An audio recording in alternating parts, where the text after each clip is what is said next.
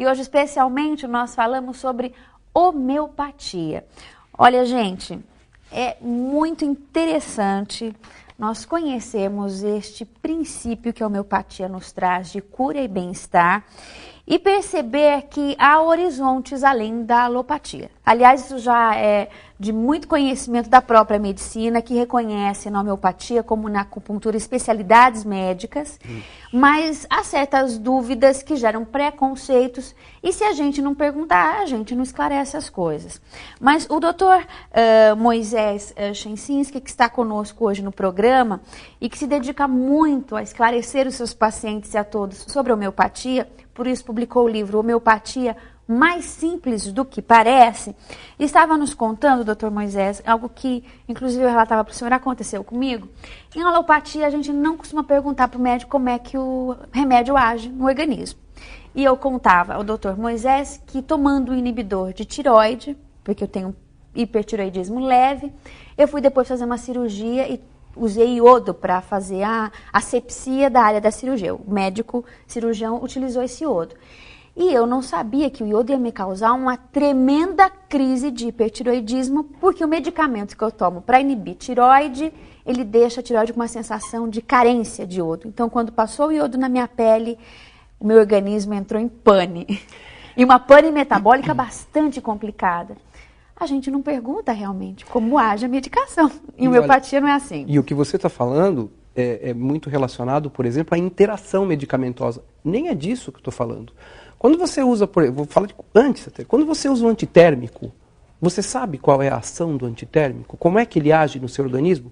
Sabe, ele baixa a temperatura. Tá, então, como é que a homeopatia age? Resolvendo o seu problema. Ah, para que serve esse remédio? Por que você veio aqui? É mais ou menos essa a resposta que a gente obtém. E na homeopatia a gente tem que explicar.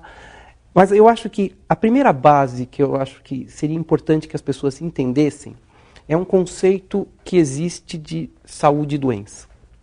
As pessoas imaginam o seguinte: eu estou super bem, estou equilibrado, aí eu adoeço e me desequilibro. Se fosse assim, era só tratar a doença e você voltaria a ficar equilibrado. Você tem um problema de excesso de atividade de tireoide, você precisa tomar um remédio para diminuir a sua tireoide por um tempo indeterminado. Na verdade, não é bem assim que acontece.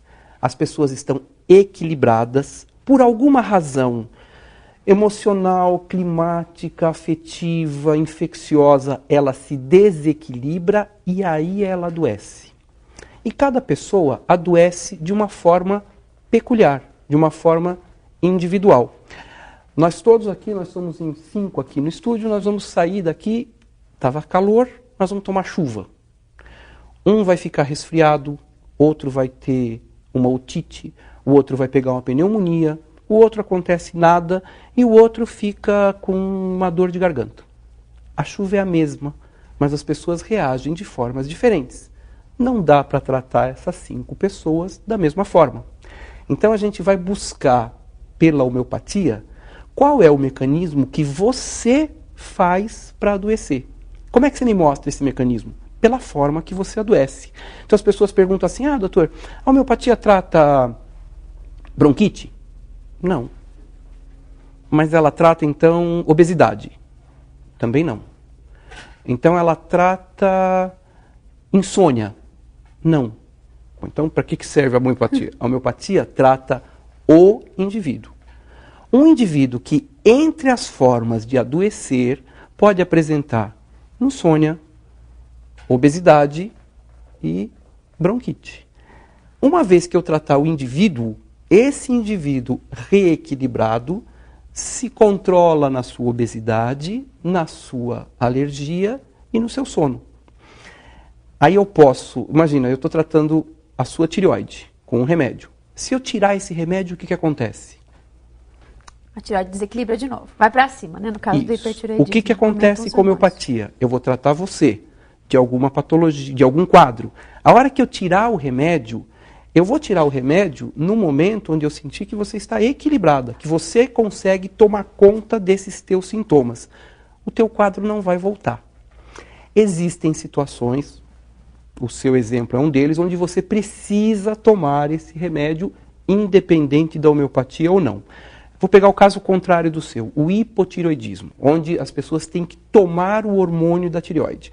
A gente não vive sem o hormônio da tireoide. Precisa ser reposto se a pessoa tira a tireoide ou se tem uma doença hipotireoidismo. O que a gente consegue com a homeopatia? Fazer com que o indivíduo pare de tomar? Eu tive um caso assim. Não é o mais comum. Mas o que é muito frequente é assim, se você tomava 50 unidades do remédio, você se reequilibra com 25. Você precisa tomar uma dose menor do remédio alopático para se manter em equilíbrio. Isso é, diminui a tua chance de efeitos colaterais, mais barato. Nos dias de hoje a gente tem que pensar muito nisso, mais em conta. E em algum momento onde eu senti que você está bem equilibrada, eu posso tirar o medicamento homeopático que você vai continuar necessitando só dos 25, das 25 unidades do teu medicamento. Então, o mais importante entender é que a homeopatia busca equilibrar o indivíduo como um todo. Se a gente busca equilibrar o indivíduo, a gente pode tratar qualquer tipo de indivíduo. A gente usa a homeopatia para gestantes, no pré-natal, usa a homeopatia para o bebê recém-nascido, para criança, para adolescente, para mulheres, para executivos. Na terceira idade, a homeopatia tem uma vantagem imensa. Uma pessoa da terceira idade vai ao seu médico. Ele sai normalmente com um remédio para pressão, um remédio para colesterol, um remédio para diabetes, um remédio para os triglicérides, um remédio para as dores articulares, um remédio para as enxaquecas e assim sucessivamente. E vai a aposentadoria toda nos remédios? Nos remédios. Não que eles não sejam necessários, mas essa é uma linha de tratamento. A homeopatia, ela vai tratar você, o indivíduo. Então a gente busca um remédio entre 3.000 remédios homeopáticos que existem, que seria o suficiente para te equilibrar, e existem alguns medicamentos que a gente chega a suspender sem prejuízo do paciente na sua saúde. Então, nós temos, por exemplo, acompanhamento de pacientes que não usam mais remédio alopático, nem para colesterol, nem para triglicérides, nem para questão de pressão, para enxaqueca, todos eles acompanhados quase que exclusivamente para esses quadros com o tratamento homeopático, só com homeopatia. Não dá para ser radical. Então, isso é uma outra coisa que eu acho, na minha opinião, talvez seja até mais importante do que a primeira que eu falei que era importante da noção de saúde e doença. O nosso compromisso como médicos não é com essa ou com aquela forma de terapêutica. O nosso compromisso como médicos é com o nosso paciente.